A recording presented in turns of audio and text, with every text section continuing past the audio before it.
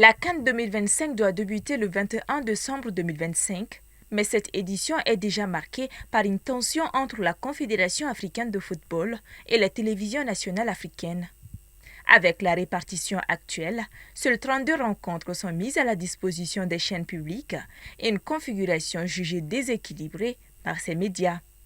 Nous avons jugé nécessaire entre nous d'écrire à la CAF pour dénoncer une situation, la situation que vous avez évoquée tout à l'heure, c'est-à-dire dans le cadre de la compétition, la Coupe d'Afrique des Nations, Maroc 2025, il nous a été notifié que on est dans le contrat que nous apprêtons à signer avec le principal détenteur des droits, notamment New World TV. Et dans le package, donc, il y a 32 matchs sur les 52. On s'est posé quand même des questions depuis un certain moment et on a jugé nécessaire, dans un premier temps, d'écrire à la CAF pour dénoncer cette situation. Le 22 novembre, les dirigeants de plusieurs chaînes publiques étaient réunis à Lomé pour un échange avec la CAF. Parmi eux, le directeur général de l'ORTM, Hassan Babadiambélé, venu exprimer collectivement le mécontentement des diffuseurs face à une décision jugée restrictive.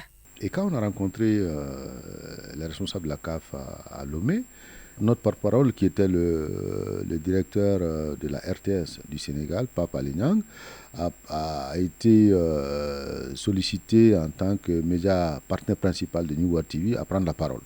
Et quand il a pris la parole, il a profité de l'occasion pour justement signifier cette correspondance qui a été adressée à la CAF, qui n'a pas eu de réponse, et il a profité de l'occasion vraiment pour exposer le problème de façon publique. Et je pense que les responsables de la CAF qui étaient là étaient un peu surpris. Et juste après l'événement, ils nous ont conviés à une rencontre d'échange.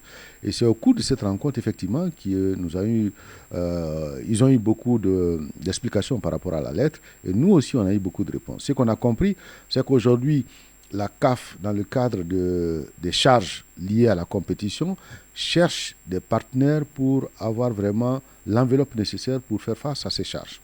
Il rappelle que la CAN n'est pas seulement une compétition sportive, mais aussi un moment de célébration pour les populations.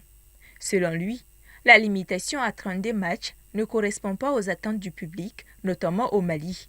Il précise que les discussions restent ouvertes avec la CAF dans l'espoir d'obtenir une révision de la répartition actuelle afin d'assurer une meilleure couverture.